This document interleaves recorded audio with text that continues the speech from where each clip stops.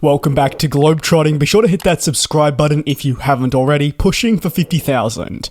The A340 has always been, at least for me, a fascinating one, especially the A340-600. A long body like the 777, but you've got to throw on 2 additional engines, and suddenly you have a quad-engine plane that has that unique look to it. Despite some initial promise, we know that the A340 struggled to maintain the foothold in the industry that maybe it would have wanted. And when you consider several fundamental changes in such a short period to our industry and relevant trends, it meant that the A340 faced a layer of additional pressures concerning its economics, and arguably it fell behind other advancements we were seeing with emerging aircraft types, such as your more efficient twin-engine planes that were able to operate missions such as the A340, but at half the operating costs. Let me explore the fall of this aircraft. One of the more large reasons for the decline of the A340 was the industry's shift towards, as I touched on, more fuel-efficient jets. Arguably, this will always be the largest reason when discussing the fall of quad-engined aircraft, and is also the blandest one, so I can only apologize. But I'm sure you know it's critical, especially for the A340, which, unlike its counterparts of the A380 and 747, didn't come with, say, a partial or complete second deck. Instead, its selling point was a whole other conversation, being ETOPS at the time of when the first A340's introductions was still in the infant stages. For customers that required long-haul flying, the A340 presented an opportunity sooner rather than later to capture demand on their networks before the wide appeal of twin engines. However, only shortly after the manufacturer offered the A340 did other aircraft begin to emerge. Not only was it deemed that these aircraft had significantly less costs associated with operating them over, say, the A340, but they also were widely considered a far less risky option to take on. The development of the Boeing 777 is what many lean on as the beginning of a new era for long-haul travel, that was then only enhanced through Boeing's own 787, and if you'd like to consider over at Airbus, well, the development of the A350. All these above aircraft types offer similar capacity depending on their range and variance. No, not all of them are intended to be competitors, but they will certainly be options for any customer that is seeking a wide-body aircraft. And all these planes can be operated at a far lower cost. Whether concerning elements such as maintenance or just generally fuel, they're also easier to fill for most companies. As airlines also put greater emphasis on being environmentally friendly, planes like the A340 became more and more unfavorable, and airlines were looking to rid themselves of the type rather than, say, acquire more. Slowly but surely, where the A340 had excelled, there were better options available, meaning that an aircraft type such as the one I'm touching on wasn't required. The decline of the A340s also came after the realization that there were greater alternatives elsewhere. And what did this result in? A true lack of a second-hand market that was, say, a defining factor for the aircraft's future.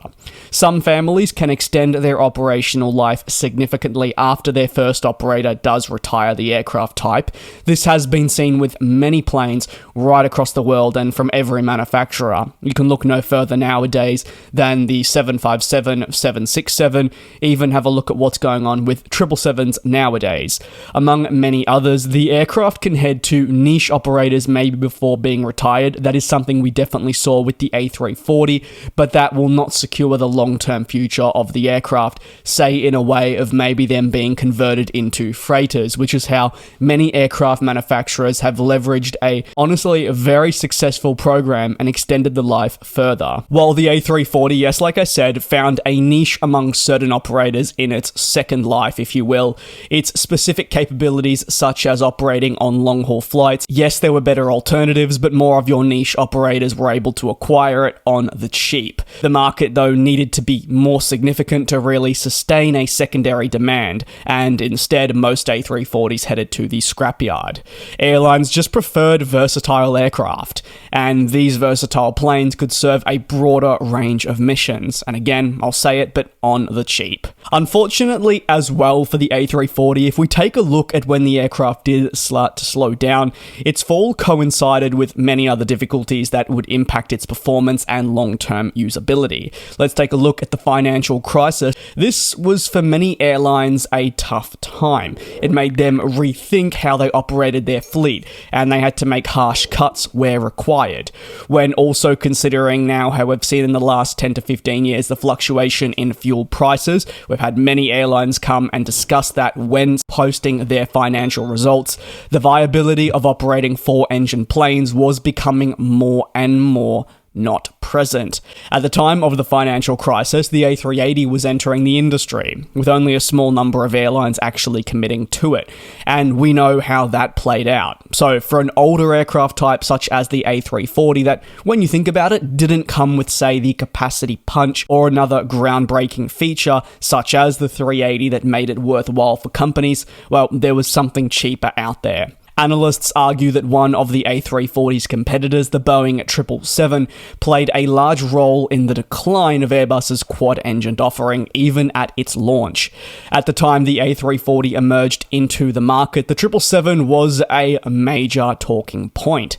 As the industry entered the 2000s and Boeing continued developing its 777, especially through the 777-300ER, all of a sudden not only did you have a high-capacity aircraft, but you also had a variant that brought along with it a lot more efficiency. The A340 did have a lot of potential, and to a certain extent, it maybe didn't achieve the ambitions that were laid out for it during initial conception and launch phase.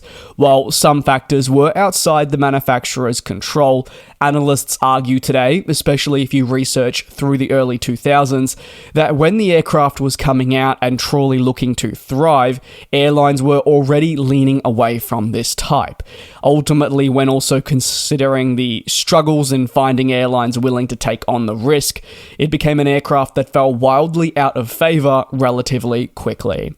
You will find the Airbus A340 nowadays in niche markets right around the world, and you do have some operators such as Lufthansa that have brought the Airbus A340 basically back from the grave due to difficulties in acquiring next generation aircraft. While incredibly frustrating for Lufthansa as it impacts their finances, and we know the A340s in an ideal world wouldn't still be there, it is quite funny to consider that a plane like the A340 that for many companies isn't the answer has become the short-term solution because those brand new flashy aircraft we speak of have so many issues that they can't be brought on time.